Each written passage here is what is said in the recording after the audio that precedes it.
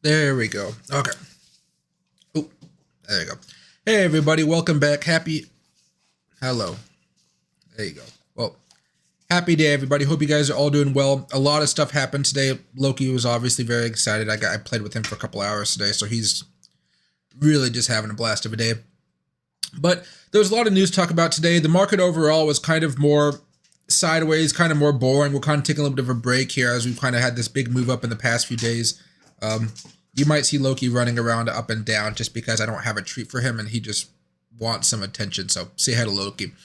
But today I thought we would go a little bit more in depth as far as Bitcoin's concerned, then start going over some news here, okay? So just to get started off right now, as far as Bitcoin and Ethereum, there's no danger here, guys. We're just slowing down a little bit. We saw the market also slow down here as well today. Unemployment numbers went a little bit up. We go over here, maybe just look at the 4-hour chart. You can see we took a little bit of a small dip. We did bounce off of that 20 moving average on the 4-hour chart, which is a huge indicator for me normally. I normally don't want to see Bitcoin fall down below this. So this does make me worry just a little bit about going forward here. As we kind of hit up this weekend, I'm watching to make sure that Bitcoin stays strong and we can have another big move up here. I think you will start to see shorts start to attack Bitcoin a little bit more as the market is over with, for the Monday to Friday. And I think that you may see them try to push us right back down here to below 30,000. Again, is that really a crazy level to be at below 30,000? No, but I want you guys just to be aware there could be some shorts attacking over the weekend. And if you guys are holding any longer term positions, it's always nice to be able to scale some of them out. I'm not talking about long term. I'm talking about if you bought these positions like 24 to, 1 day to 3 weeks ago, right?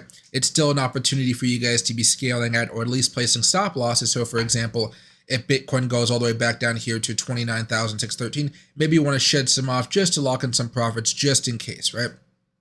Now, as far as Ethereum is concerned here, you guys do see Ethereum after that breakout is still doing fine. It is entering into a little bit more of a consolidation period.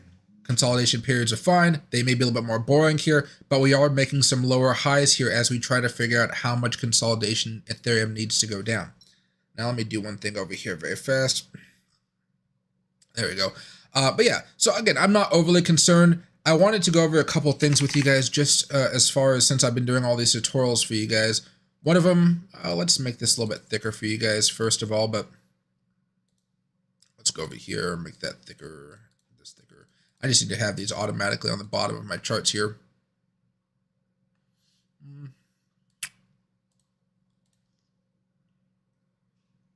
That's not the one I'm looking for. There we go.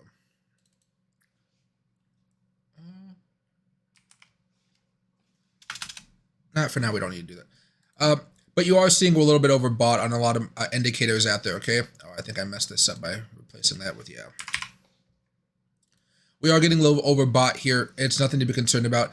This is going to be another buying opportunity for the majority of you guys that have been asking for a dip. This is probably going to lead to a dip that you guys can buy.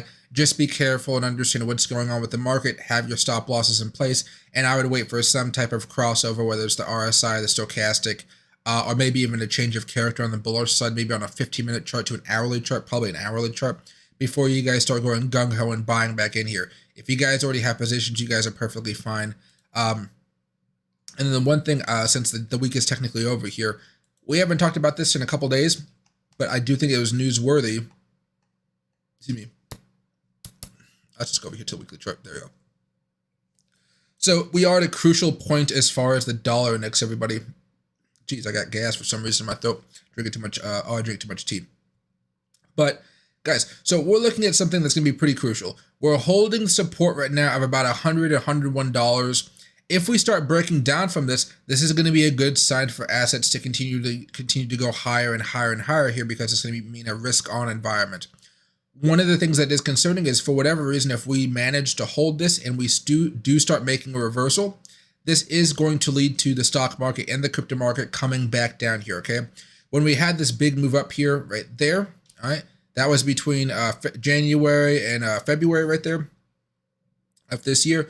You really saw money moving around in some weird ways here. A lot of money being pushed into the stock market here. Normally, that's not the case. So now, probably this time, it's going to go back to the normal type of ways. I'd probably say, though, this is because of that rate hike in January. What was the other thing right here? and it was February and March, we kind of stagnated a little bit until like maybe the last 2 to 3 weeks, I would say. But I'm keeping a close eye on what this dollar next is going to mean. Hopefully, the fact that other countries are raising their interest rates, some are, that can kind of give the dollar the excuse it needs to continue falling back down. We do have this death cross over here, so I'm hoping that continues to push down the dollar. Now, as far as news is concerned, everybody, and hey Cameron, hey CD, hey Larry Summers, and hey Haram, Nick, hope you guys are doing well.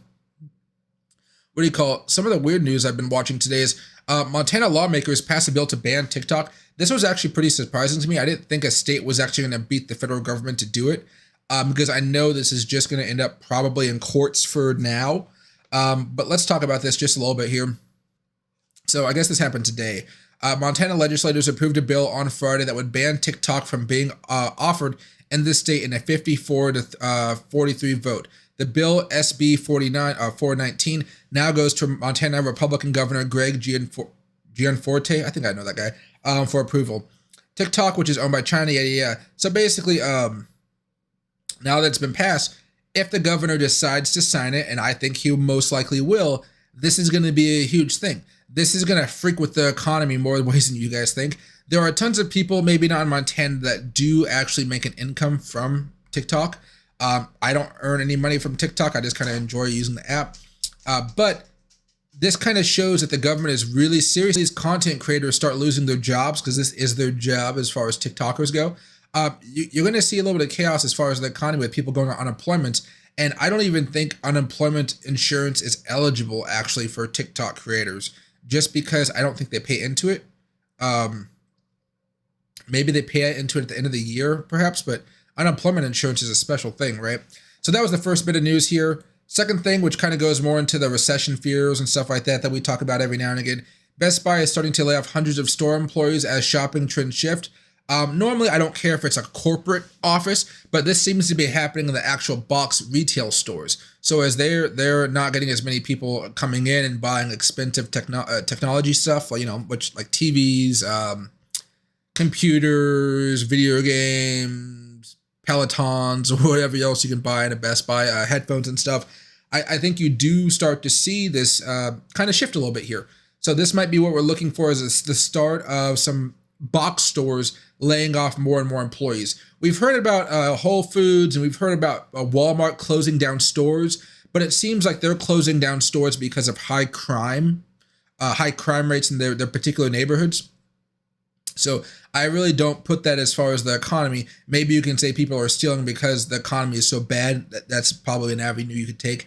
But you are starting to see some steps being put forward now to actually lay off workers who are not in the corporate, white collar field, more of the blue collar, cash registers, people that come up to you and say, hey, how can I help you today? Those type of people at Best Buy. So remember this date for a while longer. It'll be interesting to see how much worse things get, or if things get better. We still don't know.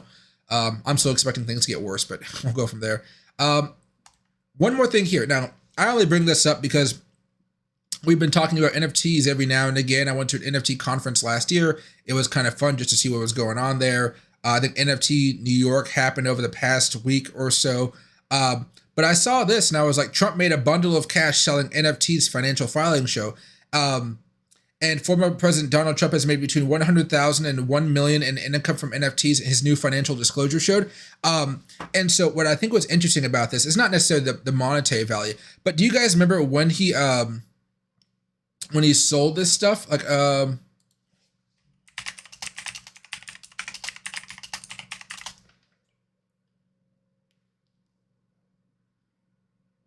yeah.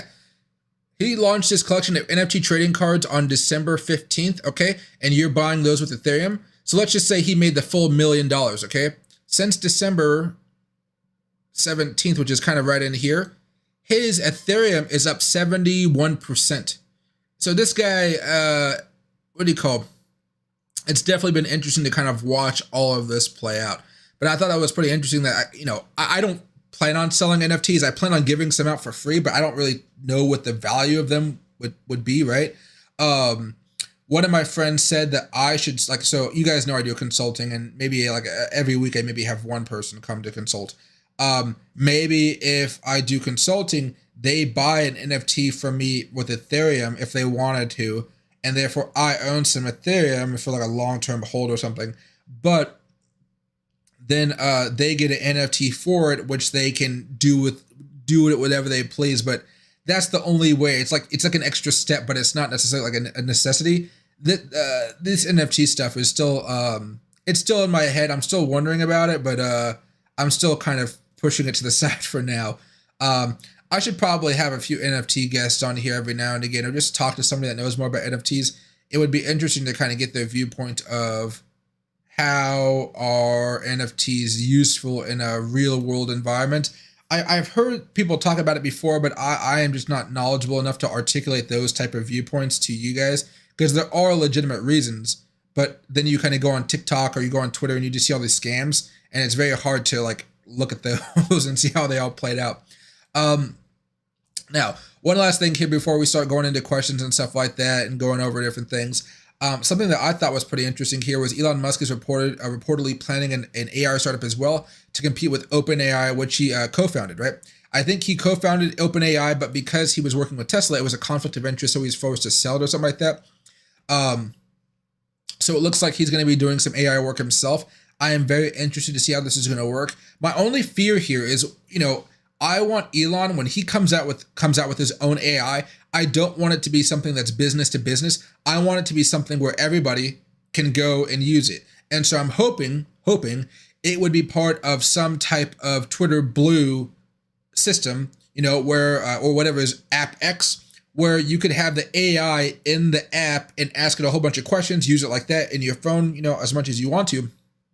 And then at the same time, you could be making trades on Apple or Google or Bitcoin, and you're buying on eToro. We're using Dogecoin as a payment system.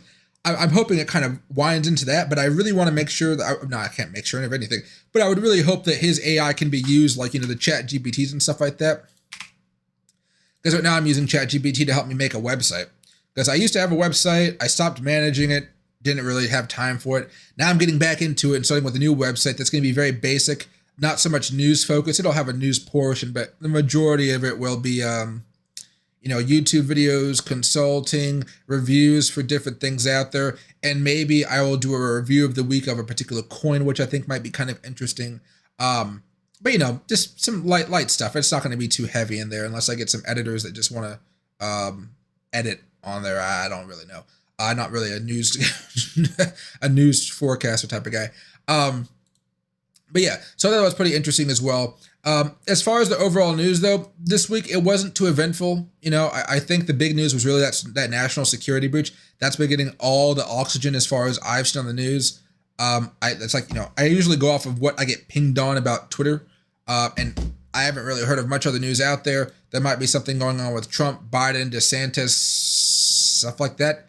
Who knows? But overall, seems like a pretty uneventful week besides the fact that Bitcoin itself had that really big move and really large rally. Now, let's go back over here. Let's go over to the 15-minute chart for now. Kind of zoom out a little bit. Let's get rid of this for now. I don't think we'll need it. So far, guys, we're still in a pretty deep, nice trend. You did see that kind of a slam back down here. Again, I'm not overly worried, but if you guys are concerned about anything you guys might have bought over here, it might not be a terrible idea just to have your stop loss be placed somewhere around here on 29,600, maybe 29,800. It's really up to you, your preferences here. But just be careful that we don't start to tilt over, and then maybe we have a pullback period over the weekend, and then people start buying back up next Monday when the stock market opens back up and things like that start rolling. Okay, and one thing as well. Just keep an eye on this 20 moving average. It's not the most important thing, but usually after we have a big spike, it usually does add some level of support. The first time, usually the second time, not as powerful, so just be aware of that. But last time, you can see we were kind of shifting around it a little bit. What was that first big pump, though? Yeah, that first big pump bounced right off of it, right there. We bounced a little bit off of that, but then you see it's not as reliable the more you bounce off of it, basically. But that first time, really solid bounce. Second time, not really the best of bounces, but it went okay. It might have hit a stop loss. That's the problem on this type of trade. But just keep your eye out for that 20 moving average. Okay, let's go back over here to the 15. A few other things that we'd been talking about yesterday. So this one's definitely been interesting here. So we traded this yesterday, or I traded this yesterday. And I remember I sold this way over here, I think, or 1845. That was closer to the nighttime. Yeah, I sold mine off for 68 cents or so. This thing ended up going all the way to 84 cents today. So that kind of shows you how I am always selling off a little bit earlier. Although I did walk away with some profit, I did think it was kind of funny to show you guys like, hey, this thing kept on moving up and up and up and up. But again, you know, when you're trading with a 20x leverage and you have $1,000 on the line, you don't necessarily want to just let this thing go on while you're sleeping. Even with a stop loss, that'd probably freak me out a little bit too much. But definitely, this thing has been moving up quite a bit. I really haven't been able, so like if you go over here to the daily chart on Binance, it's a relatively new token, so I really didn't have much technical analysis, which is another reason why I'm not too concerned about it. I think I have a short running on it right now, but the short is like a $20 short. It's just to kind of see what happens here. And I think my stop loss is somewhere around this little bump up here. Yeah, it's like around 83 cents or so. We'll see what happens, but if I lose like 40, 50 bucks, something like that. It's not the end of the world, but I did want to see what would happen if I just let it be alone and see if I can just, if it does fall or not. We'll see. It started off the right way, but now it's not going in the right direction, so we'll see. A couple other things out there right now. That's FinViz. You guys already know the market was kind of going more sideways here. Nothing really crazy going on there. As if you guys like banks, JP Morgan Chase, that was the only thing that I really saw today as far as banking success. When the banking crisis happened, a lot of people moved their money in there, and that really helped them out as far as this quarter is getting new revenues generation. All right, now one last thing here. Let me get rid of this, and that's fine for now. Oh, I didn't bring it up actually. Coin market cap. There we go. There you go. Last 24 hours. You still have a lot of stuff that's pumping up right now. Have some fun with it. Do some day trades. It still is a day trader's market if you ask me. But you're seeing OKB finally having a pop off here. INJ having a little bit of pop off. Arbitrum still going strong. I told you guys I had sold out of all my leverage positions out of this one. I have some spot positions left, but it's just spot. I don't plan on doing anything with it. Maybe it's better to just go over here and just type in ARB. Oh, got 2 R's in there, or 2 A's. There we go. Let's go to the 1 hour. Yeah, I sold it all the way over here. Sold some off down here. I'm out of it, but it still continues to pump. So enjoy this as much as you guys want to. I know some of you guys are still holding loads of this. So you know, don't follow my trades all the time, because you guys know that I usually sell a little bit too early. I just want to lock in my profits and go on through my day. But this thing is still pumping up quite a bit here, so keep a close eye on it, okay? I'm actually going to add this over here to our chart so I can pull it up whenever I want to see it, okay? And hey, Slick Rick, thank you very much for the super chip, man. Can you show me how the short Nvidia with options? Yeah, so we can go to that very fast. Well, I'm still on crypto. Let me just go over here, actually. Watch list. Do I have it on my watch list? No, let's go over here to breakouts, and let's go to Nvidia. Okay. So the first thing with Nvidia is it's just going to be a basic technical analysis, okay? So there's a few things we have to do here, because this thing it'll eventually have a big crash, and you can see how fast this thing has rallied. AI has definitely been taking it up a notch. Let me pull up one thing over here for my benefit. I need to open up another page here.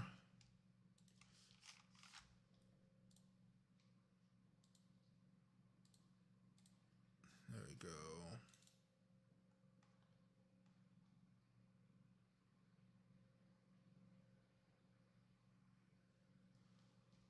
Okay.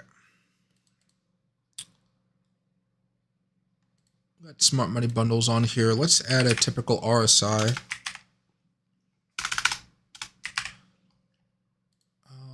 Let's add, I guess I just did a video on stochastic, so I might as well just do this one. And maybe, no, I won't go to the premium indicators, just so you can follow this at home. So let's go over here. Let's make these a little bit larger.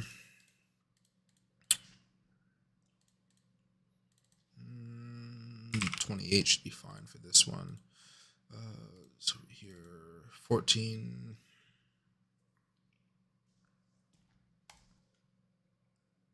Yeah, let's go 3 for this one. Oh, those false signals. Okay, that's fine. Okay. All All right, so before we start going into those oscillators and stuff like that, let's just kind of pull up some stuff here as far as Nvidia is concerned. Probably best to start off with the weekly charts because there is a very nice Fibonacci retracement level we can use right here, and you can see how it's bouncing off of that right now to the downward side, right? Normally me, like I showed you guys before, I'm usually the guy that sells here at the one level, even if it does go above, and sometimes it can go way above it, right?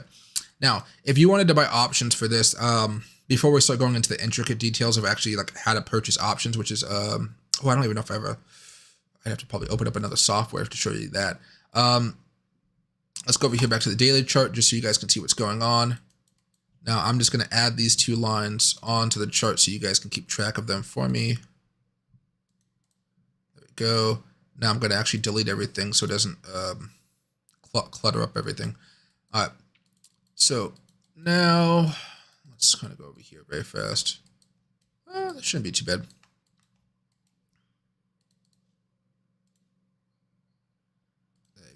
You can see we're in a slight uptrend right now. We were in a more aggressive one way back over here early in the year, but we broke it, went sideways for a little bit, consolidated, ramped back up, okay? So now if you're looking to short this back down, you're looking for what opportunity you can actually, you're looking for a price target, basically.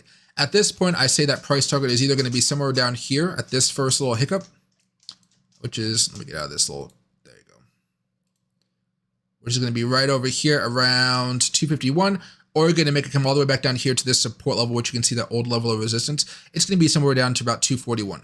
Normally, I like to split the difference because sometimes you have a wick that comes back down here, but it doesn't just touch it. And so maybe you want to split it like to 244, 245 or something like that. And so your entry for this right now would most likely be a couple things happening. We already have this first breakdown that was from that smaller type of trend. You can see where we're consolidating. This was a flag, basically a pennant, and we were looking to have that breakout. That's why you saw the NASDAQ stuttering and stuttering, hoping to have a breakout. Didn't come. So as this breaks down, you're most likely going to want to do an option that would expire next Friday or the Friday after that. Now, options can be very tricky things, and I have to kind of quickly just tell you what theta is. So theta is time decay. When you buy an option, basically you want it to hit your target, or you want it to start moving in the direction of your expiration, your execution price. Sorry, Loki over here. You want it to start moving in the direction of your strike price, excuse me, as fast as possible, because the longer that time goes on, people will start to sell off the options, and the option will become less valuable, thereby like going to zero. So over the first few days after you open up that put, which would be a 245 or 240 strike price option, you want to see the price start coming back down bit by bit until you hit a point where you want to see a good amount of profit here. I'd probably just wait for this first breakdown and watch it trickle down for a few more days, especially as the next few weeks we're going to have some really big news coming out. The thing I would also tell you here, one of the other sponsors of this channel is Livestream. I don't think you have to pay for options flow data, but I think it is always just a nice little thing to have. If I was to go over here and NVDA, you can see what the hedge funds are basically putting their money into as far as Nvidia or any particular options play, right? So out of all the options today, let me go over here to which had the most money being bet on it. You can see 6/16/2023. That's about 2 months away. Yeah, about 2 months and 2 days.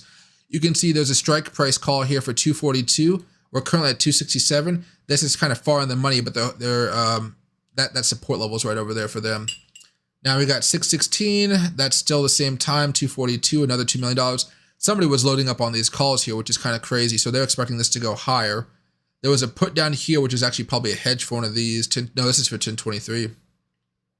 So right here, 24, 25, 23, 4, 28. So let me go over here. Actually, let me just do this a little bit easier. Let's look at all the flow from this week. And let's go over here and let's see if we can find all the flow that was bought. Okay. And expiration date range. Depends on how long you want to hold this. For now, let's just assume we want them to be from next Friday to the Friday after that, kind of in that weekly range. And then let's go over here and do, let's not make it too picky. Let's just go from here and let's apply the changes. Okay. So this is from everything from this week that expires pretty much next week, okay? And the week after. You can see the majority of premium here is actually all puts. 421 put of 267. We're currently at 267 right now, right? So they're expecting over the next few weeks to actually drop down, so that 267 is a good amount of profit here. They might even be looking to exercise those options and actually order some shorts on the downward side, because this thing has been, let me just kind of explain to you how big of a move this has been over the past few weeks. So you can see, like, this is a pretty volatile stock, so you got to be more careful with it. But since we had our lows in October, this thing rallied up 160%. It's not like the revenue grew 160%. It's been a really wild ride. But you can see the majority of money here is all pumping into the puts here. We do have some calls here for 428, 257, 260. That's kind of around the range we are right now. Nvidia put over here, that's 305. That's pretty high up there. 320, 305, that's what puts. Those are in the money puts, basically. They're going to order shorts. 265 here. This is one that's close to being out of the money. And this expires 421, which is next week, next Friday. So yeah, 428, 421, 290. Yeah, you're seeing a lot more. You're seeing a lot more puts over here where the big money is in play. So you can feel more confident about doing that type of put position there. But again, I would wait until it breaks down below this trend line right here. In fact, I'm on the daily chart now, but something more like that. There we go. Yeah, somewhere around there. Then start going with a 240 to 245 strike price put, and then you want to buy, and then you just want to wait. If this is one of your first options, I would only buy one. I don't know the exact price of these right now, so let me just go over here and see if I can find out. 250, 250, 260, 260, okay, that's called 260, 260. 267, 260.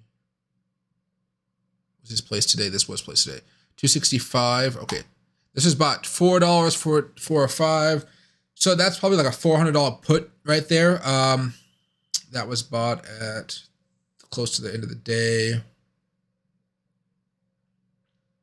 Yeah, so 421. Oh, here's one actually a little bit later on the day. This is expired for 27. This is bought. Oh, this is bought yesterday. That's why it was a little bit cheaper. Yeah, probably looks like it's going to be about $400 or so. What I might do is, if it's too expensive, I might try to go a little bit lower as far as the strike price is concerned. Maybe instead of 240, maybe you're looking for something more along the line of 220 or so. But if you go down that route, you're not going to be holding it until Friday. You're going to be holding it for maybe 1 to 2 days. Whenever you get that first big boost of money, you're going to sell it because you don't know for sure that it's going to be at 220 by next Friday. And that's a really risky bet. I probably wouldn't even recommend taking it. But yeah, it's probably going to be about a $400 strike price play. Oh, excuse me, 240 strike price. It's probably going to cost you about $400. I would only buy one if you're new to doing options and such. But you'd probably just want to trade that breakdown and watch it come back down to 240. Another way to kind of trade this, if you want to, is you could buy options, puts that you don't have to hold for a whole week. Maybe you want to buy something more along the lines of a 230 strike price put, where you would break down here and you're trading something more along the lines of a 15-minute chart, where you can be kind of watching and playing these waves out. Let's see right here. Like right now, if you go to the daily chart, you're seeing that RSI crossover right here. So if I get rid of all the other stuff we've been talking about, I move this up to 28. Yeah, okay. Simple moving average. Let's get a Bollinger Band on there, actually. It'd be kind of fun. Oh, there's no crossover there, so it's fine. Okay, but you see how there's a crossover right here between the RSI and the moving average line there? Let me move this here. Crossover line happened right there. This might have been a better opportunity to start opening up a short here, although you can see it didn't really do much in the past few days. You can see that momentum really dying off here. If you were to add up here very fast, the stochastic indicator for you. Oh, let me just get rid of this other one then, Jesus. You can see there was also pretty much a similar crossover right there. And we're above the 80 mark here. We're close to 100. We're already in the overbought territory. That crossover right there is pretty nice. I don't think 1433, yeah, so that's fine for day trading. Let's add 21 onto here. Will that make a big difference? There's a lot of noise here. Yeah, that's a lot better. Yeah, so you can see 21 here. There we go. Nice little crossover point, but it still matches up with the RSI, so you don't even have to have the stochastic on here. Yeah, a little bit of bullish cross right here. That didn't really amount to much again because it's an oversold area. Then you go back over here, going back down a little bit more. Yeah, because this crossover right here. Oh, actually, I'm drawing it like that. This crossover right here ended up being a good buying zone for this one up here before that big move occurred right there. I might actually just do a couple day trades on this one and kind of play it out. Because again, you are going to be looking maybe on the 15-minute chart. You can see that you have broken down here. Maybe if we bounce back up, maybe Monday, you might be able to get a nice rejection off of that. Going back over here to the 15-minute chart, I need to zoom out to my normal lengths.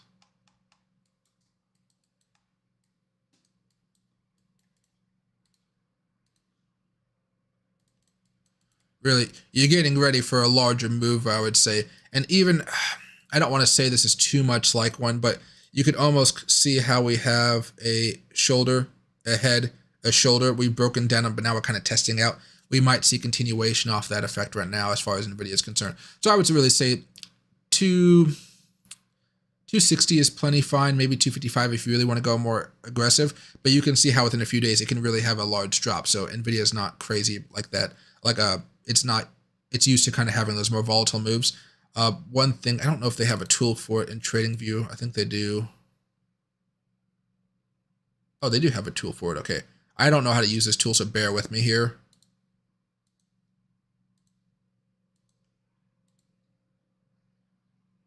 Yeah, kind of like a head. Oh, it wants you to be extra precise. Maybe if I go over here. It should be fine if I use this again. Okay. That's a low. That's a high.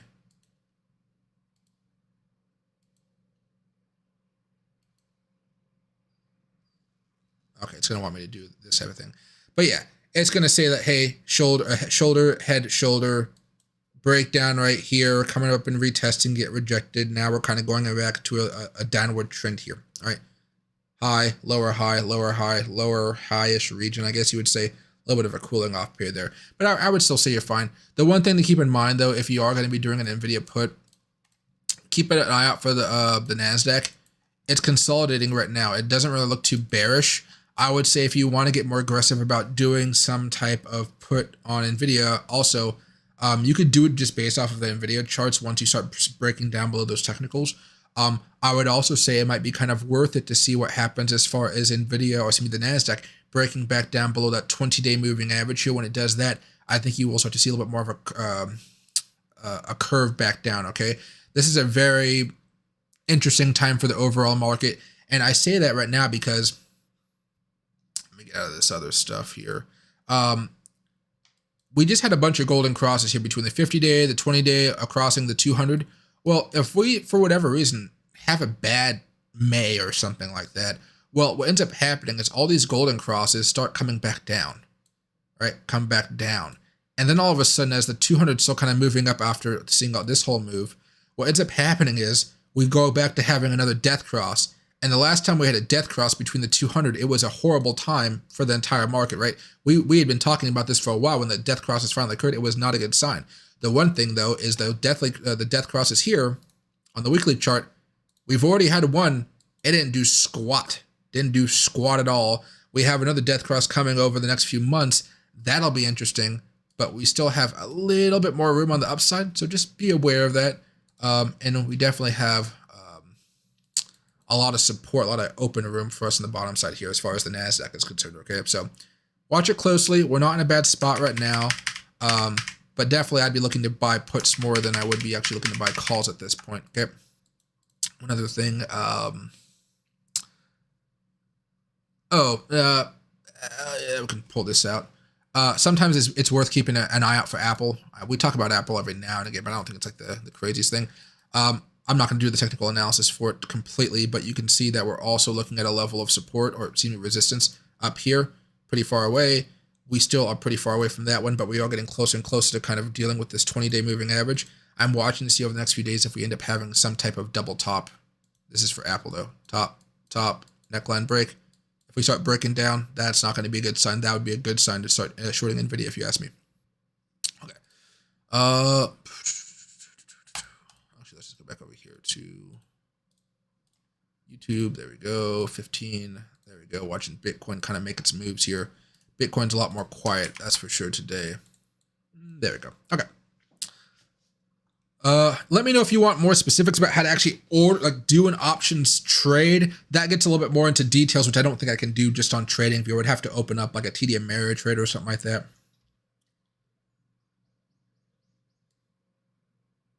And hey, Magic Man, happy to see you back. Let's see right here.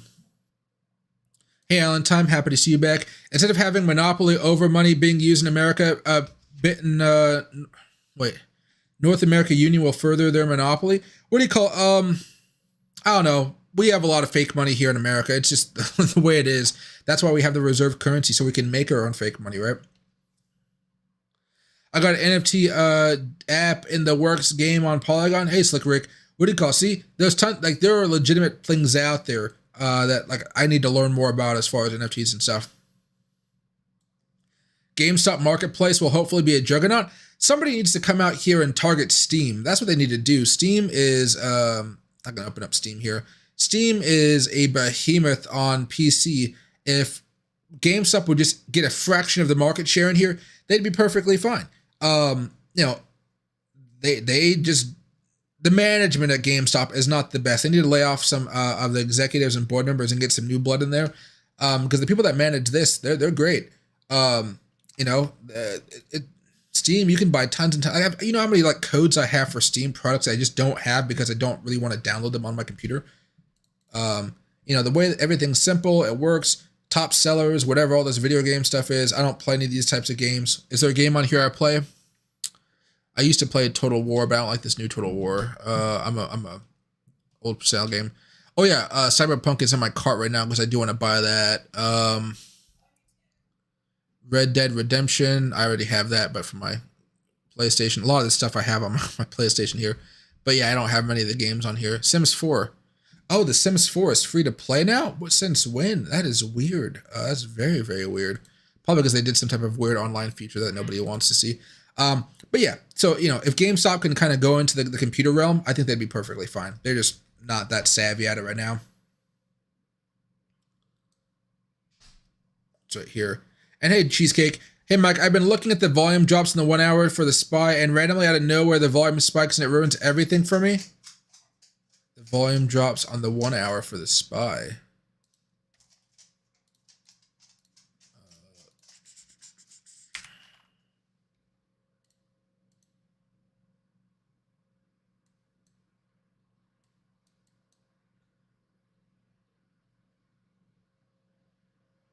I'm not entirely sure what you're going for here. You're probably talking about how we broke out and there was a big surge here pre-market, then the market opened up and we came slamming back down. I'm thinking that's what you're probably talking about here. Because the resistance was broken. We bounced off of the 20 here. That wasn't too bad. So back over to the daily. Let me see if there was any actual economic news that came out today. The economic news might have messed up the market. Let's get the volume out of here now.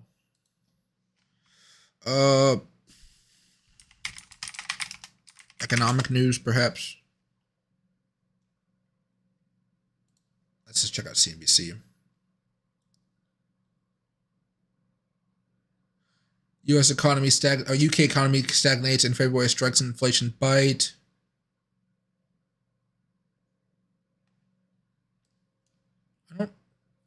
I think it was like a jobs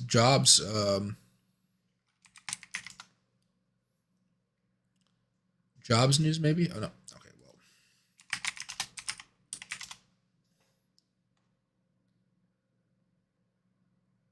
Okay, it's just gonna give me I can't figure out how to work that out now. It was probably some economic data that came out. I know that jobs numbers were not that good today, or unemployment numbers were not that good today. I think that's what it was.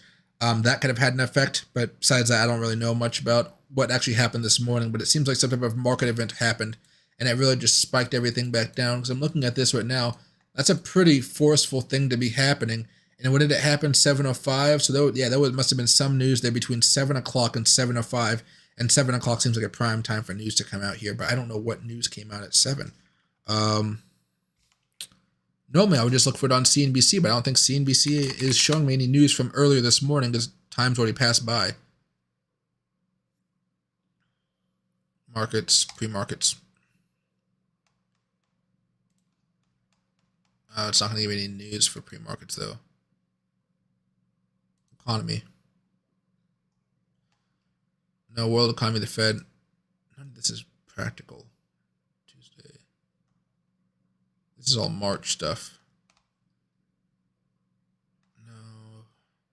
April 5th, April 6th. Maybe something with the banking crisis, but I'm not entirely sure. This seems more like a news event that hit and everything got slammed back down, especially as it happened at a specific time, like 7 o'clock.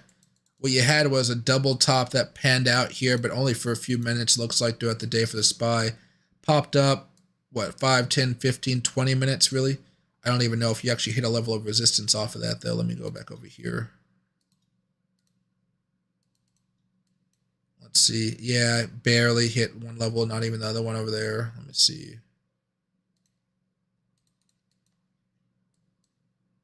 Wasn't really much trading here. I mean, like, I might have made that same trade and got stopped out. So it's not like it's a terrible thing, like a terrible trade. Trying to see if there's anything else here. No, it just looks like a news event came in and slammed you down. Hitting up against some resistance over here. That's normal, right? But broke through that. Oh, I can't draw a straight line apparently. But what do you call? Broke through that level of resistance. Fine. It looks like a news event just got you down, and probably this thing will probably keep on chugging up over the next few days, depending on how long you want to actually hold that, or if you're still holding that position there. Let's go right here. And hey, Chef, happy to see you back. Haven't missed much today. It's been a pretty much a more of a slower day, I would say, for the crypto markets. Everything's kind of going more sideways, and everything's consolidating, my man. It's been very nice. Just keep an eye out for that 20 moving average on the 4-hour chart. That thing is going to be a pain if we start breaking down here. And it looks like over the next 5 hours or so, you're really going to see a push to get us back down below that 20 moving average here. So keep a close eye on it. Of course, the majority of people are going to be asleep when all this gets attempted. Do I have a video on how to buy leveraged ETFs, if they're good to buy, to hold, or not? Hey, I don't have a video on that. I can try to make one. I don't buy leveraged ETFs too much. I normally just buy ETFs. I guess there are a few out there, but usually you're just going to be looking for the like I'm assuming you're talking about like a 3x bulls or a 3x bears, and not necessarily like using leverage to load up on an ETF where you have to pay cap, like you have to have collateral and stuff like that. I'm assuming it's just like the 3x bulls, 3x bears, stuff like that. Usually you're just going to go with the ETF contains, if they're talking about longer term investments. And then as long as the ETF is good and you trust it, you're just going to put your money into that plain ETF. If you want to take more of a risk, but you understand that you really like the corporations that compile that ETF, you can go with the 3x bulls scenario there. Nothing wrong with it. Nothing bad with the 3x bulls, 3x bears. I'm more concerned about, like, be careful if you want to use leverage type of trades when it comes to ETFs. Normally ETFs, they kind of bounce around a little bit more than you think. They don't really listen to the technicals as much as you would like to, because they're made up of tons of different stocks inside. Usually they're the ones I would go for the long term. And if you want to go 3x, is usually the it's usually going to be those ones involved with technology that hold like substantial amounts of Apple, Google, things of that nature. And hey, Cedric, what MAs do you use and best strategy for day trading? Hey, Cedric, for me, I would say the moving averages I like to use the most are going to be the 20, the 50, and the 200, because they allows me to use them on any chart or any time frame, I would say. So I can use these with Forex pairs, stocks, crypto. I like them a lot. It's a simple, basic one. And then I can also use them with different time frames. So like the 15, the 20, the 1 minute, I like to use them like that. There are also EMAs out there that I would have you check out. I have a few videos on moving averages and which numbers are usually the best for which type of scenario, because usually if you're day trading, you're using different numbers than swing trading than if you're using different numbers than scalping, right? When I was doing that stochastic indicator here just a few minutes ago, I was using different numbers here to make my life just a little bit easier. I think I might have hit this twice here. But like basically, I don't know if you guys can see this all the way. This is your default setting, right? And this default setting on Bitcoin's 15-minute chart is set for, this isn't set for this type of trading, okay? So you do see some signals here that are working out though. So you see this one right here, right there, move down just a little bit. This signal right here was a false signal, so you got to be careful with it. Excuse me. Let's go back over here. You see the signal right here that moved down for another 45 minutes or so, which is decent for a short-term trade. But a lot of the times, if you want to do like something like scalping or something like that, you might move it over down to a 5-minute chart, and then from there you might be looking at something more of a 5 to 2. And so what this kind of does is it lets you know that, hey, a crossover might be coming. You might want to watch out for that one. Hey, we're starting to bottom off. I don't really listen to these bottoming off ones when they're not actually below the 20 here, but it's something to watch. Like same right here, crossover. I don't pay attention to them because they're not in the overbought, oversold territory. Like here's a crossover way down here. You can see we finally start moving up back there. And what you're seeing in this scenario here, right? Because you're not just buying off of the signals. You're not just buying off the crosses, but you're seeing a divergence going up, lower lows, lower highs coming over here. You see that breakout occur. You see us popping back over here, and that's your buying opportunity right there. So you're not buying here, you're not buying there, you're not buying there or there, even though you have these little crosses. You're buying the breakout there, and you're holding it until you hit some type of level of resistance, which would be predetermined from your other technical analysis. But as far as moving averages, it's usually just the 20, 50, 200. I have a video talking about EMAs, TEMAs, DEMAs. If you want to watch that one, it'll be pretty good. And best trading strategy, it depends on what you want to do, right? Day trading. So if you're day trading and not scalping, usually what I like to do for an overall strategy is I like to have a whole chart dedicated to it. So it'll be a chart of like 8 different things, usually of one particular ticker, all with different time frames on it. So I can kind of see the trends of the 5-minute trend versus the 15-minute trend versus the 4-hour trend versus the hour trend. Like for example, right now, you can see Bitcoin, right? Well, Bitcoin for the past few weeks has been in an upward trend for the most part. We had a banking crisis here, and that really does spoil a lot of stuff, but we were in a nice upward trend. A banking crisis kind of messed it up a little bit, but at least from here, we're still in a nice upward trend basically. So if you're day trading, you most likely want to be having, you want to be going within that trend, okay? So if the trend is going upwards, naturally you just want to follow that trend and go long. Now, this is if you want to spot trade and not leverage trade, because leverage trade, you're not really looking at the trends so much. It's like smaller subsets of the trends, right? But as you make those trades, like for example, right here, you had a breakout. Right, this is a 4-hour chart. So if you're having a breakout on this 4-hour candle here, let's go back over here. Let's see what you'd be looking at on the 15-minute chart, right? If it lets me, there you go. Okay, so this might not be exact because we kind of switched time frames here, but you could see there's some resistance going on right here. Perhaps you see this breakout. You might try to enter in here or here, and you might be in this trade for something of a half an hour to an hour. The way I'd probably use this is to, what's the best way? Do we have a significant bottom here? There's 2 ways to do this. This way is probably not going to be the best one. No, because we already broke through that one. Yeah, okay. I guess we can go from here from the start of the rally.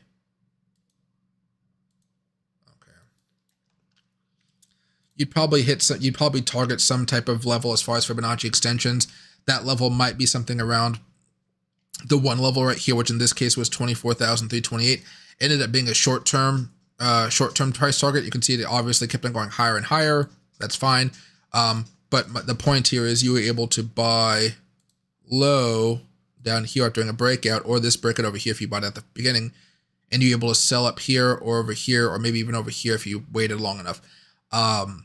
But my strategy, as far as what I teach on my YouTube channel, it's not necessarily to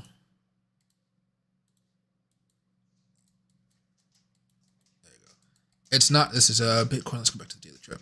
It's not necessarily to buy like here at the very bottom and sell here today.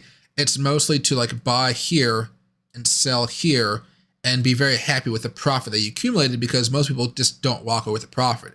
my philosophy is if you walk away with a profit, you did perfectly fine. No matter what crazy strategy you worked up, as long as you walked away with a profit and you're doing that consistently, you are perfectly fine with whatever strategy you come up with.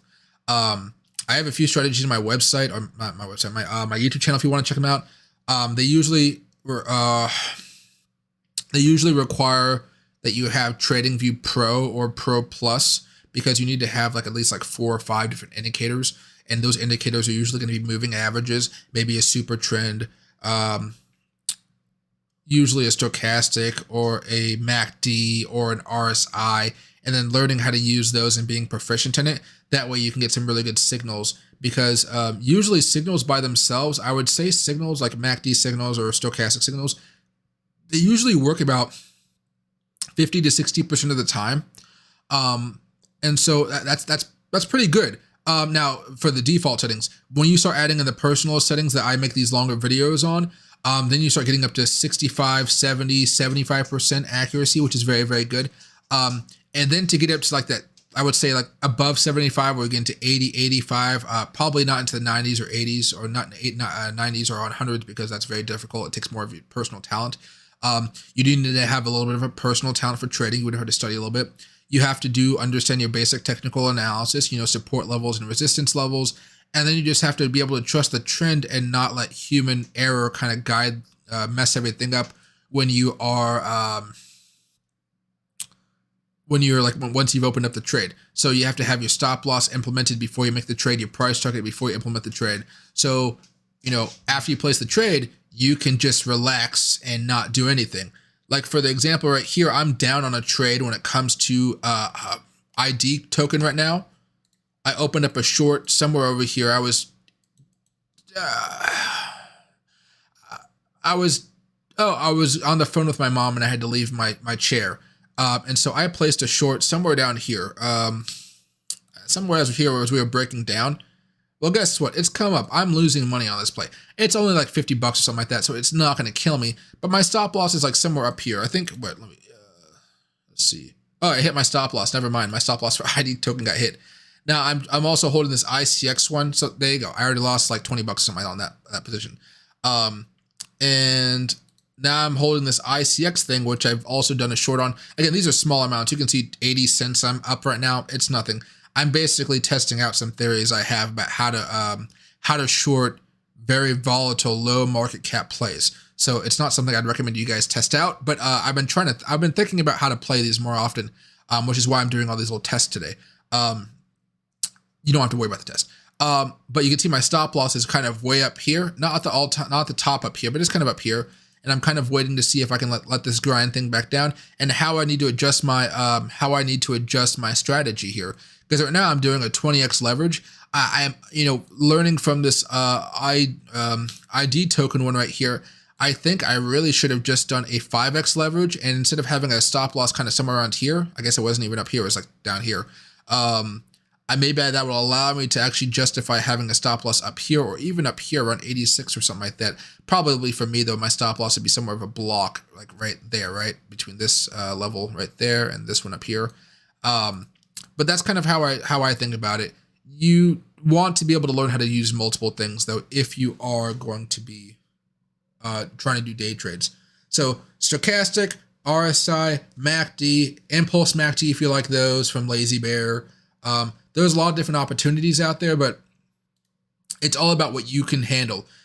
If you want to day trade, I would also say just pick 5 things and just trade those 5 things. Usually I would say Bitcoin, Ethereum,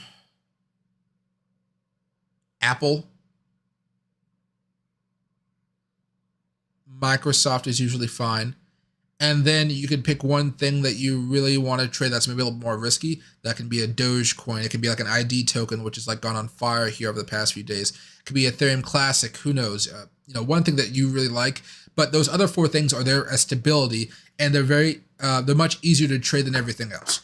And it makes your life a lot easier, a lot easier when you have that type of stability.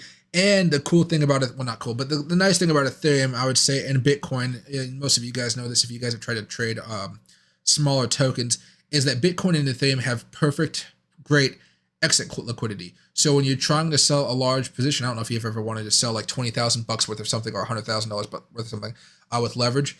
You can easily get out of that position without having to wait a while for people to claw and buy back your position. Like, let me see if I can pull up something over here, if I even know how to actually get to it. Close positions.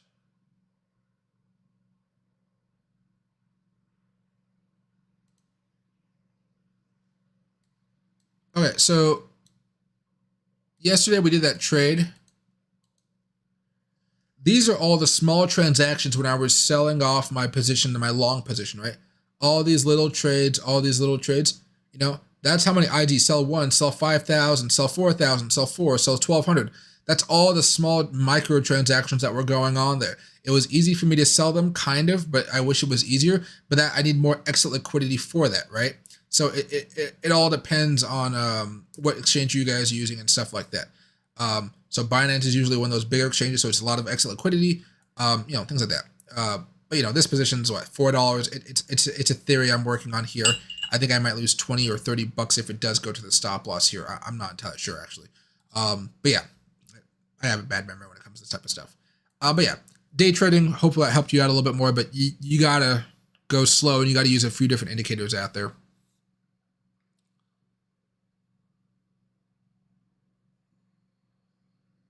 Let's see.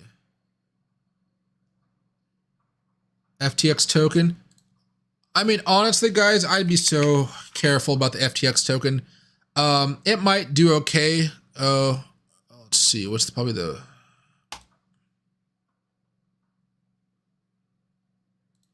Is there...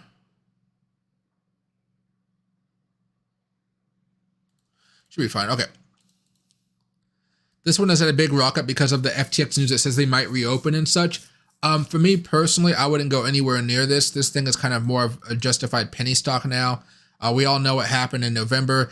I just don't know how many people are going to trust FTX to manage the money. Even after they have a new CEO and everything, I personally would not go anywhere near this. I just don't feel comfortable even recommending that any of you guys go near this as well. As far as technicals are concerned, it already hit that level of resistance and got rejected off of it. You're probably going to be looking for something more of a day trade here. And that day trade is probably going to end up going for a small little reversal up here, maybe to 239 or so. I'd probably get out right there and not touch it for a while after. If for whatever reason Bitcoin continues to take this little bit of a dip and we start consolidating a little bit more, you might actually see this fall off a cliff here and start heading back down here to 170, 160 ranges over the next few days. So hopefully it doesn't fall down below that 20 moving average, but you guys know me, like we said with Bitcoin, that 20 moving average is going to be huge here for what happens over the next few days. As far as the 30-minute chart here, see, once you start falling down below those 20 moving averages, everything starts to come back down. For now, though, this is a consolidation zone. This is most likely where you want to be loading up at. Your stop loss for now is probably going to be 186 or maybe even all the way down here at 180. I'd probably have it at 185 or something like that. But you're going to be hoping in the next few hours that it continues to break out and have that rip up. But afterwards, you know, be very careful about how long you want to hold this. It's already had the big move up. It's going to hit, you know, we're already dealing with a very large level of resistance. And you can see, you know, it's had a pretty nice rebound, but over the past few days, it really, or months, I should say, it's really just been chugging downward and downward and downward here for the most part. Giving me a lot of penny coin or penny stock vibes, right? There you go. Let's see. Let me open this up here. Do they have one on this one? I don't use the channel here, Tony, on TradingView. I know they have it on TD Ameritrade, and it's a little bit better than this one, but I don't remember using it here. Does it even... Guess, okay, that's fine. Let's see how it works out.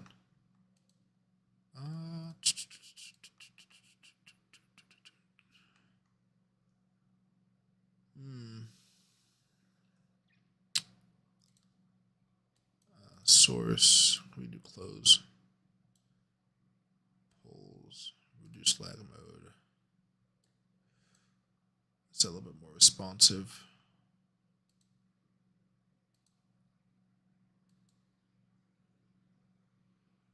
No, that's fine. I haven't used it on TradingView, Tony. What I'm looking for, it kind of reminds me of the super trend here, like if I had the super trend on here.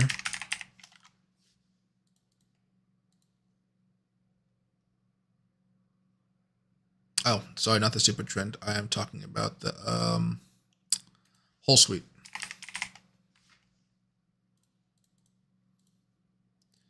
Yeah, I usually use the whole suite because you can see how we're starting to turn red right here. Well, let me get the whole suite right here. There you go. There you go. You see how we start to get those signals over here? We see the change of character right here, which is a pretty good one, but the change of character is coming from the smart money one, so let me hide that as well. There you go. It's actually, let me just toss all this other stuff out here. There you go. Usually when if I ever do use this, it's, you got to change these colors. I don't like the color scheme. It works. I would say it usually, I don't know. I don't think I actually would use it on the 15-minute chart though. There we go. There you go. I think it's better when you're using on the daily chart and the 4-hour charts. You can see the resistance levels kind of hit a little bit easier. I don't use it too much, but it's not a bad one. It's not like it's a bad thing because I don't use it. I just like to use it if I have. It's mostly for stocks though. I don't really have much experience with Bitcoin and Ethereum with it. It's usually 4-hour daily chart. And you can see how we're seeing a little bit of resistance there. A little bit of a bounce off there. Not terrible. I'm trying to think. I think when it comes to cryptocurrencies, I just like using the whole suite a little bit better. Like if I were to go back over here, had the whole suite on here, go back over to that 15-minute chart. I like having that alert, nothing crazy, but I like having that alert right here. Now, is their alert the craziest thing out there, like right here, right before the pop-up? It's not like the craziest thing, but it's, you know, it's been pretty helpful for me. A lot of times when you see this, you can just see, hey, you know, there's a breakdown occurring. Wow, look at that. Now you got that alert, right? Or right here, you're seeing that breakout right there. Or maybe you can even just do a breakout like this. Same type of thing, right? Breakout, boom. But I think usually I just use the whole suite. Now they're different things entirely, but I don't think there's any badness from using another one. But I'm not an expert on it, so I can't like really like go into depth. And I'm trying to think of a way to make it sound a little bit better. But yeah, it's a good one. I have a friend that likes to use it. I might have to ask him about it a little bit more. But when I like here.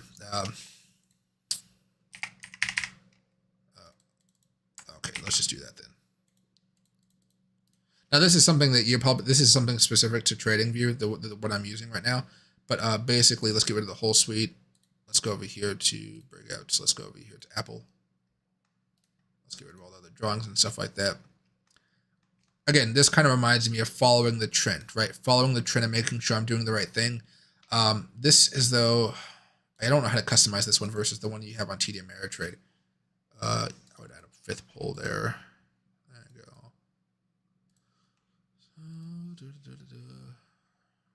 Fast response mode. There you go. You might put fast response mode on it. I like it a little bit easier. But as long as we're above this, you're usually going to want to be doing more longs into the day trading, right? When we're below it, you're going to be likely to do more downward moves. It's a trend game, right? Just a lot of the stuff I can see here, I see from the RSI, the stochastics, and stuff like that. But I don't. A good way to do it is not to trade too much in these zones. I think that's the main goal that I get out of this, is when not to trade and when to trade. So that may help you out, it may not. But when you're below this, right, you're usually going to have a bit of a fun time. Now you can see there is some false signals in here where you kind of bounce back around. The options aren't going to be too happy. But if you have a few days and you just kind of let it roll down, it eventually lets you work, right? But for really, it's day trading, right? It's the day trading. Once you're down here, usually works out. Right there, not so much. Above, usually doing okay. Mostly about trends. Mostly about trends, if you ask me.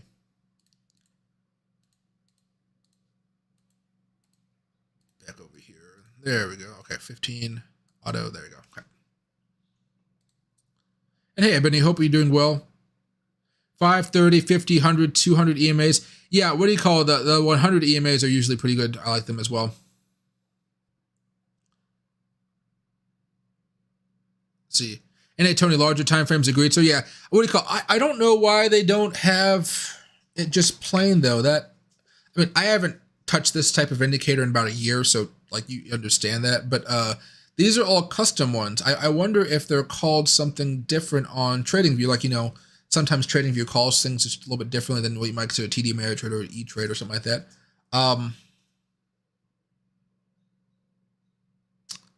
I don't know. If I push space, does that do anything? No. Yeah, they're all community scripts. That's a little weird. But yeah, maybe I don't know. I don't have to go too deep into it, but yeah, it's pretty interesting. How about the fair value gap on Lux Algo? It's fine. It's good. Chart Prime has one too. For me, so the thing about fair value gaps here is this. You can spot fair value gaps anywhere. They are very easy things and they're all over the place.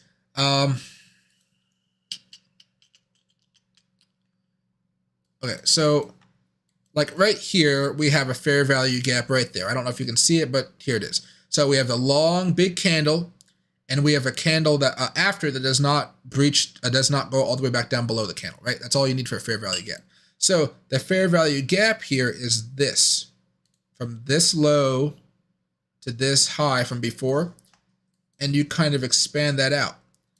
And usually what that means is there's some type of magnetic force, because price never wants to go crazy extended, that wants to force it back in there. So eventually it's going to dip back in there. And when it dips back in there, you're going to have an opportunity. You don't know how far it's going to dip back then. It may only go a little bit, may go a little bit further. You don't know.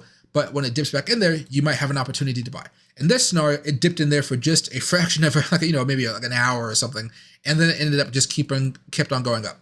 There's another fair value gap right here, right? Another big candle, didn't go there. This is another one.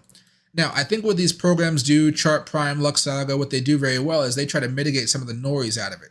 So you can see right here, extend this out, right? It dipped right in here, and then it kept on going up, right? But that's all a fair value gap is. You might see one over here, I guess for now. The closest one we're dealing with is going to be this.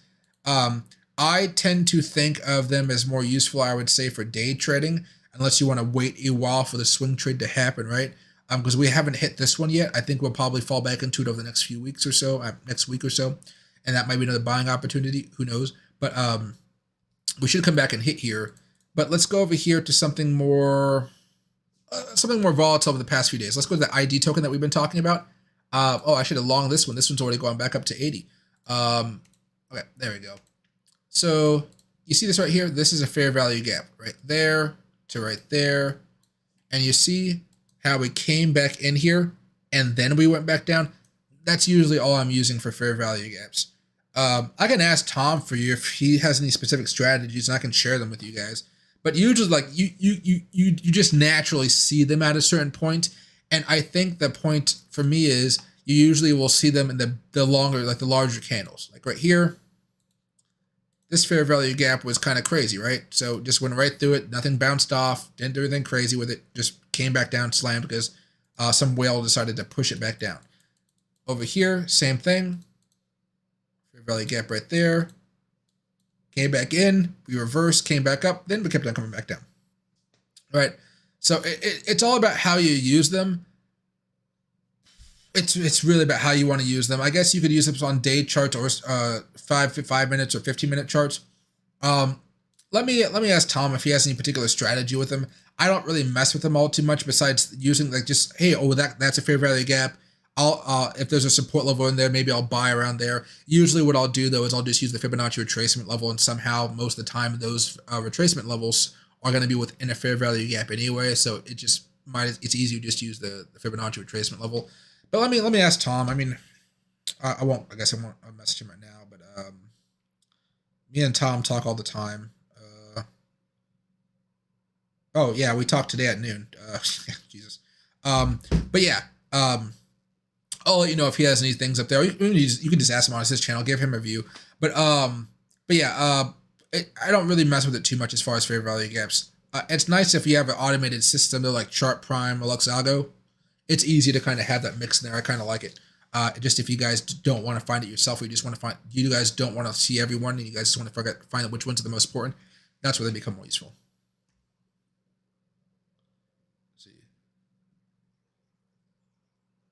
Let's see. And then Tony, Tom Crown goes over strategy for the fair value gap. Oh yeah. Tom's he works closely with Lux Algo. He works very, very close with Lux Algo. He's a I was just talking with the owner of Luxalgo a few days ago. Sam, I think is his name. Is it Sam? I think it's Sam.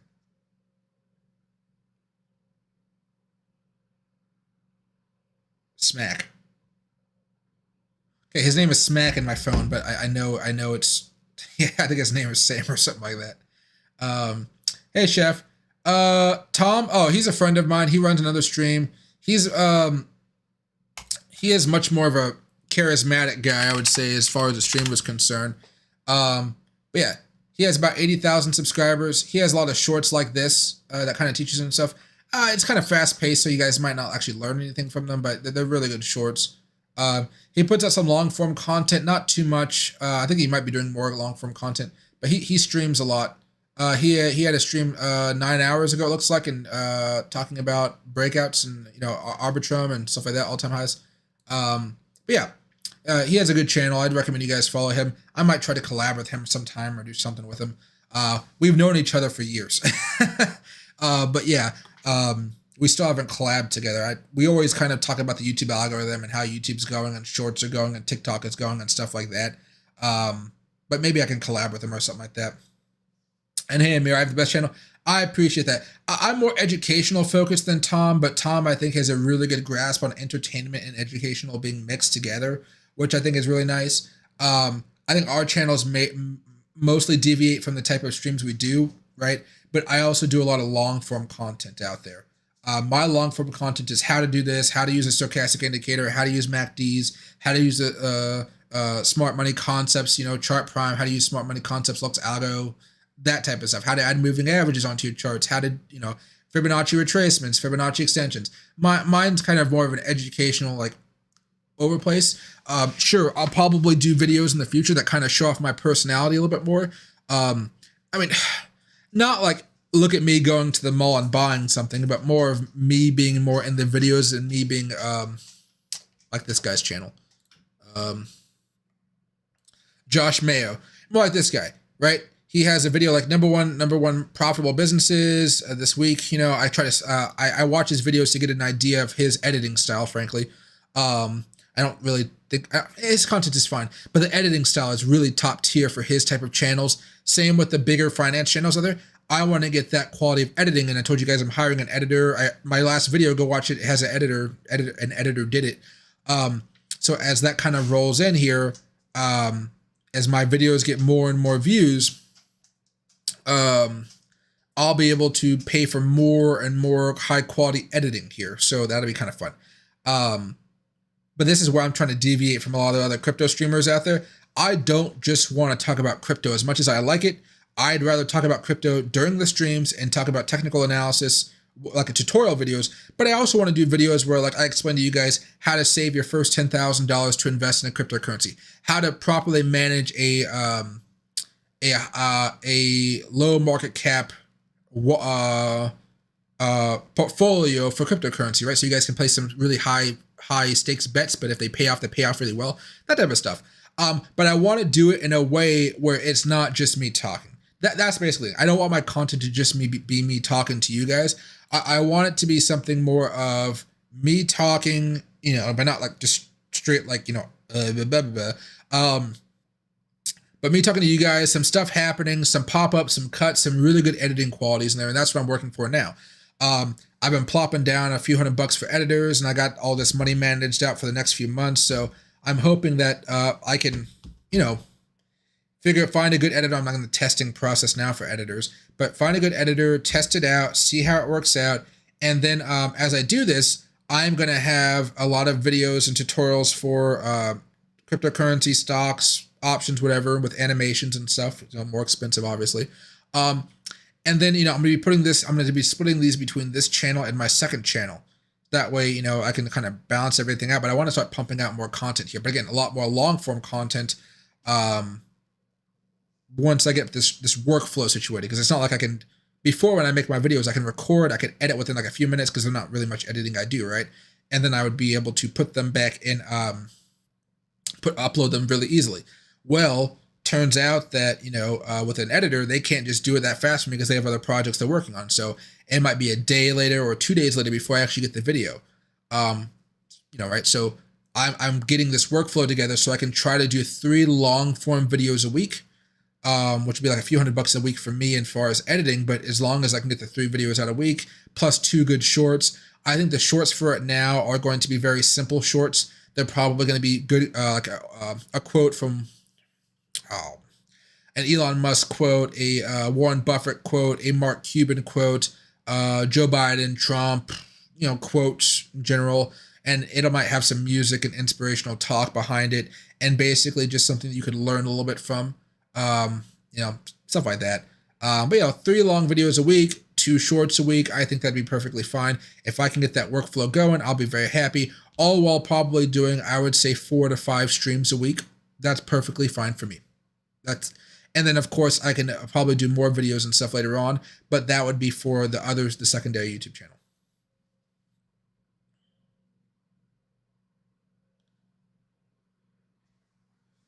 Hey, Tony, I appreciate that very, very much.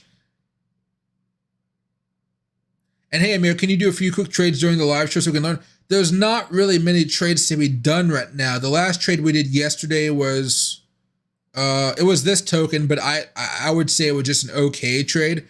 I made $800 in about 30 minutes, 25 minutes of trading with you guys.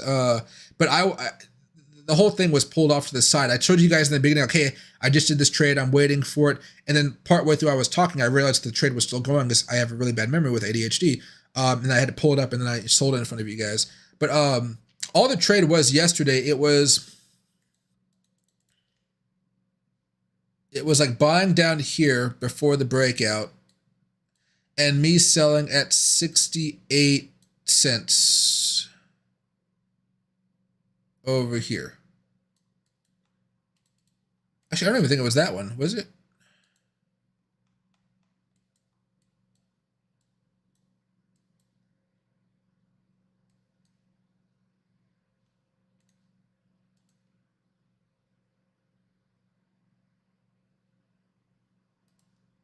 What was that, 20?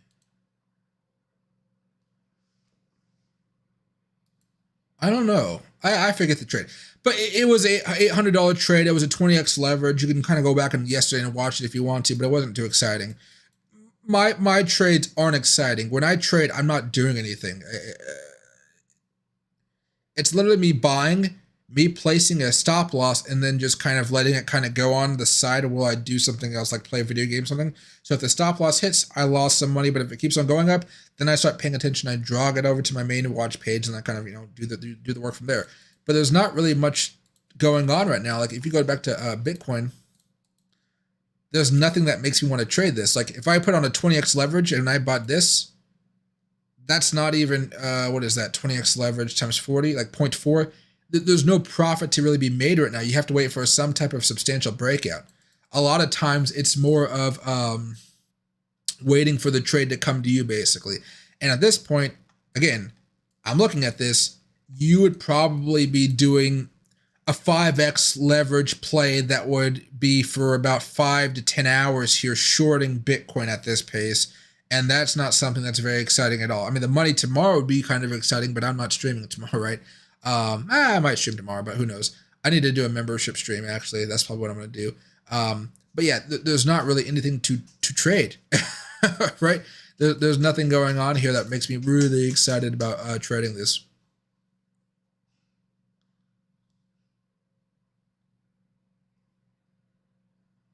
And hey, Wall, do you care about your community and your educating? Yeah, I mean, guys, remember, I don't know, one of the reasons I've been doing a little bit more live trading for you guys is because I always want you guys to remember that I know how to trade, but I always remind you of the few faults, or not a few faults, but I have many faults when it comes to trading. But the faults I have with trading, I told you guys for years, I tend to sell my positions too early. And after like 2 years, I still haven't broken that habit, right?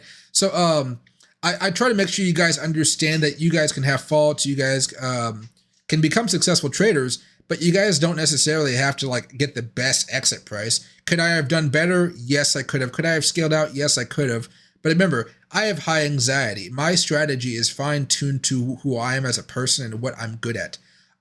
So when you watch other YouTubers out there, I think Tom does a lot of live trading on his channel. I need to watch his channel to see how much money he's making on them, but I think he's you guys something. He's made some profitable trades, I would assume. And then I know Jordan Cameron. I have never watched his channel, but I've heard about him. I don't know if he live trades. He might. But I always want you guys to remember that there are people out there on YouTube that actually know how to how to actually trade and make a quick buck. Because remember, there is it's not so much, I would say, me and Tom's types of channels that do this, but there are a lot of channels out there that are pure entertainment, and they try to talk about technical analysis, and their technical analysis is very lacking. And so if somebody uses that to buy a position or open a position, it can lead to some losses there, right? Not the end of the world, but, people don't trust everything you see on YouTube. Not even all the stuff I show you, right? Have your own strategy, or, my tutorial stuff. Yeah, sure, that's tutorial stuff. But when I'm talking about stuff, I guess I'm not lying about anything, but, it's my personal opinion. You got to, just don't take my opinion as fact. I guess that's the best way to say it.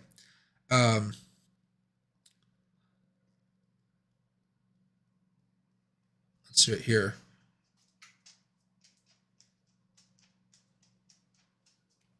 Hey, Michael Dennis Dick at Bazinga says the same thing. He sells early.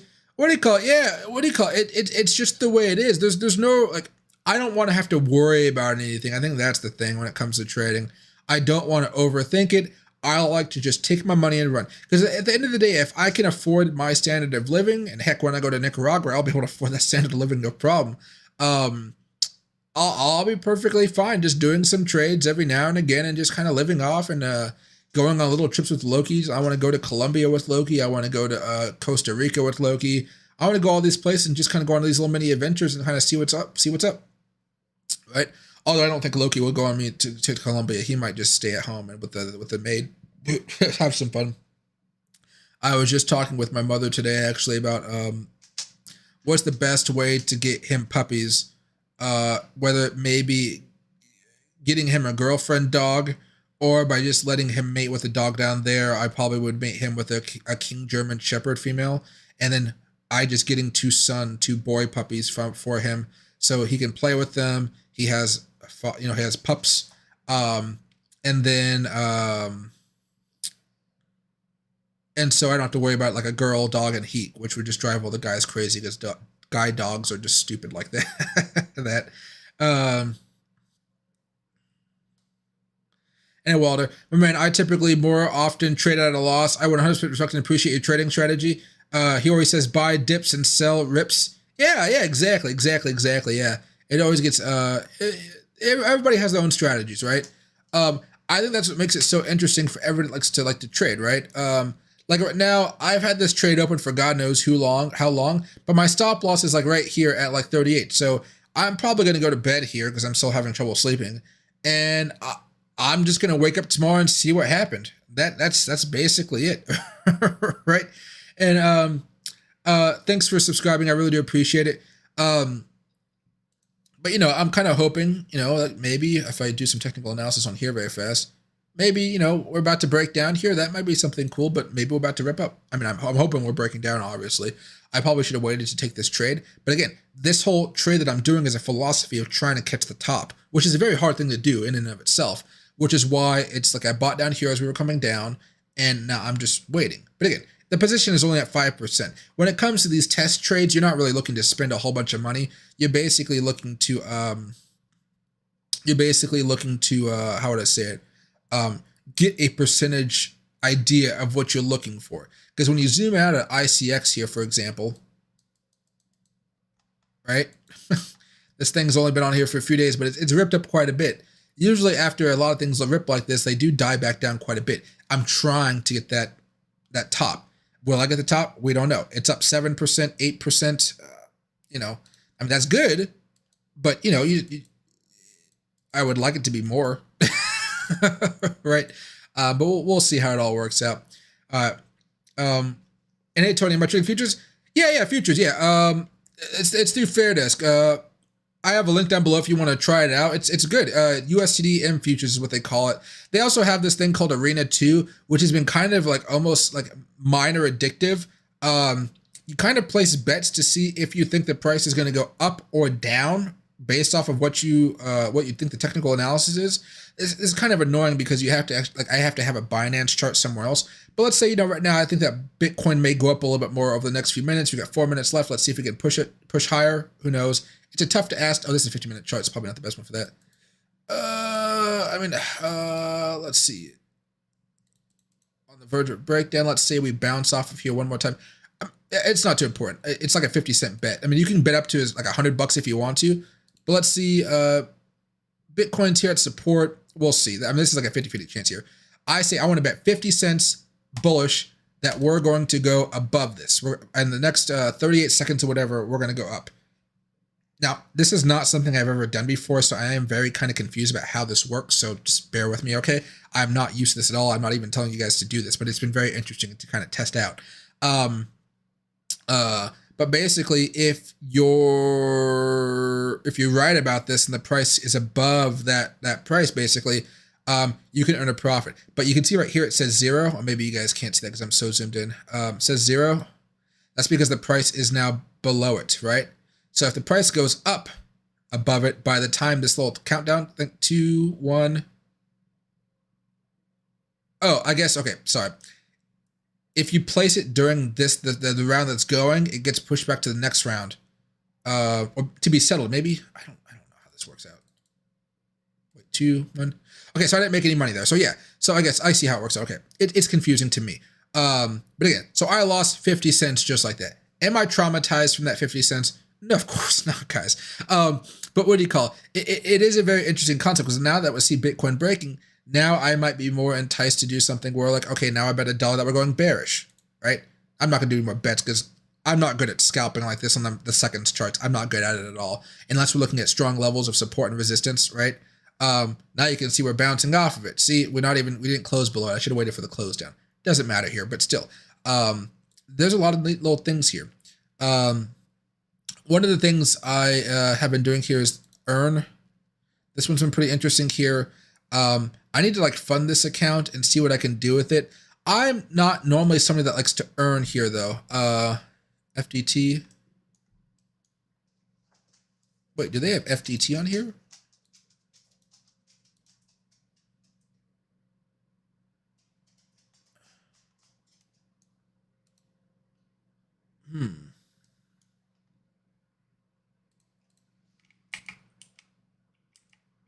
No, so they might be getting ready to launch their token. If they do, I will buy up a bunch of it, but that's my personal thing. FTT, I think FTT, I don't know. Maybe FTT is not their token.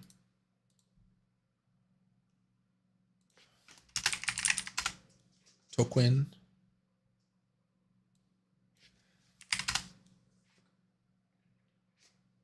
Oh, no, this is Fruity Dino. Okay, so I probably already searched this up before and I didn't know what was going on. Okay. But yeah. Oh, it looks like I probably lost a few bucks there on the other trade too.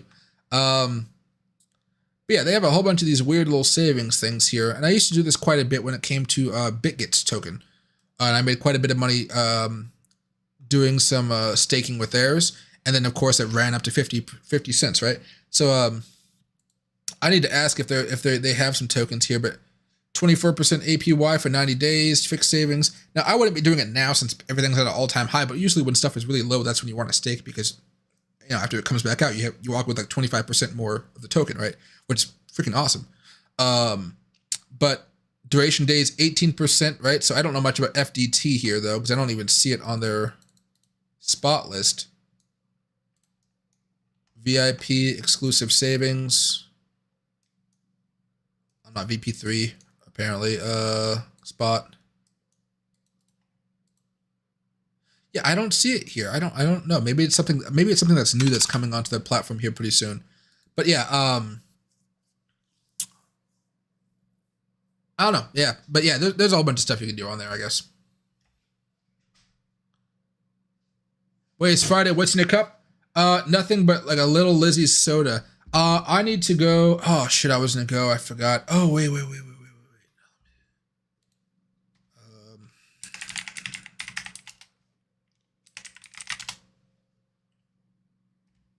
Close shit. Okay. I was gonna go get a cigar tonight, and I totally forgot and spaced out on it. But there is a cigar shop over here somewhere in the middle of nowhere. It's like a little native shop. I-7, 72nd Street, 92nd. It's over here.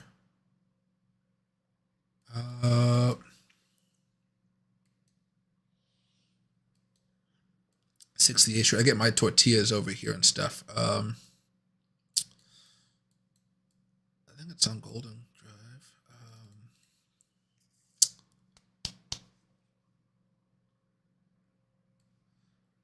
Let me go over here and Google this very fast. Cigar shops, Tacoma. Should come up with a Yelp sign or something. Oh, Thunderbird. It's Thunderbird.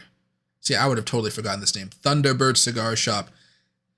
It's open until 10. Sweet. So after this, I'm going to go over here and I'm going to go snag myself a cigar.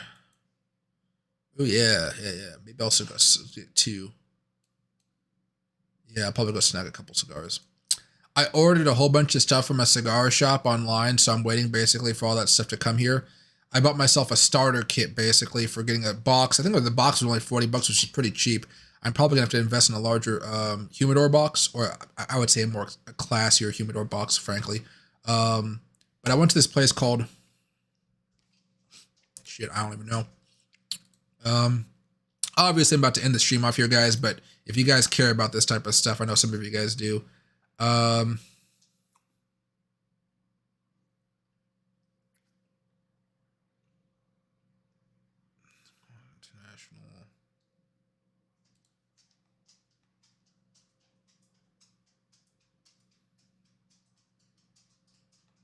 Okay. It's this place called Cigars International.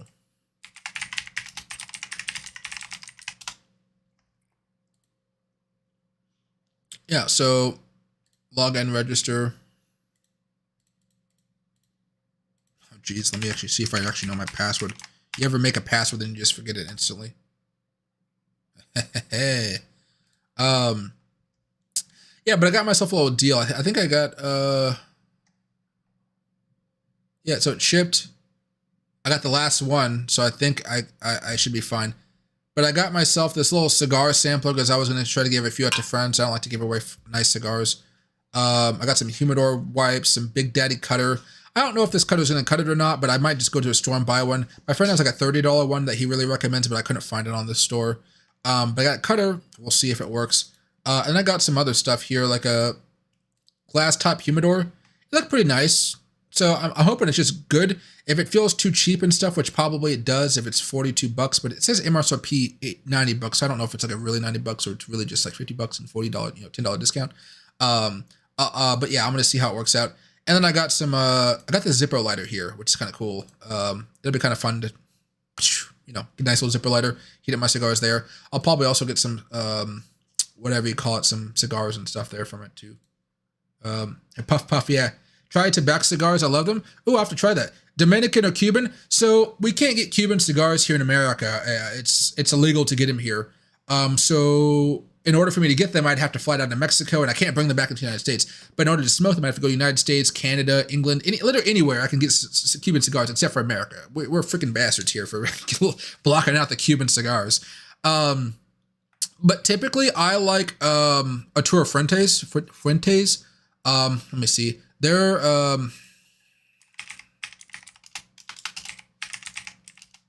I'm butchering their name, so just bear with me here. They have some really, really good cigars. They have some really full body cigars that I really do enjoy. But yeah, old school brand, very nice. They've been around for a while. They have some beautiful cigars. I'd probably say Don Carlos is probably what I would go for. And where's the... Okay, so the Presidente is like a really good one, but it's like really expensive. But I think that, okay, it's this picture right here on the right-hand side. They're very beautiful. I had a couple of these while I was in Las Vegas. They're really, really good. Let me see if I can find one right here. Presidente. Oh,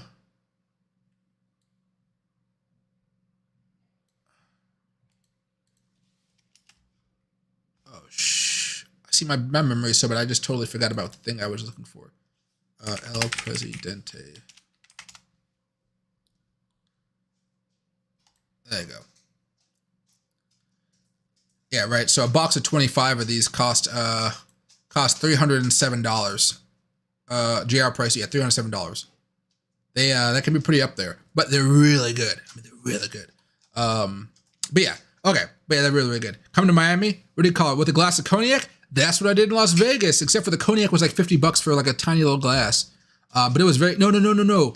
I was at a different place. The cognac wasn't too bad. It was like $17 for a glass of cognac, or like $19 for a glass of cognac, $5 for the tip. I did not like the cognac because the cognac tasted perfectly well. I didn't actually eat the entire first day I went to Vegas. And I went to the cigar bar and I started smoking a cigar outside in windy conditions because it was cold when I went to Vegas. And I was sipping cognac and I had nothing in my stomach, like absolutely nothing in my stomach. So the cognac almost made me want to puke up out of nowhere, like just it was bad. So I finished smoking the rest of my cigar. I let my, it was cold cognac because I was outside. If it wasn't cold, I don't think my stomach would have actually been upset with it. So I let my cognac get warm by just holding it into my mouth for a couple seconds, like just let it sit in my mouth, drinking it. And then afterwards, what I ended up doing is I ended up going out and going to Rockin' Potato, which is a place by my hotel.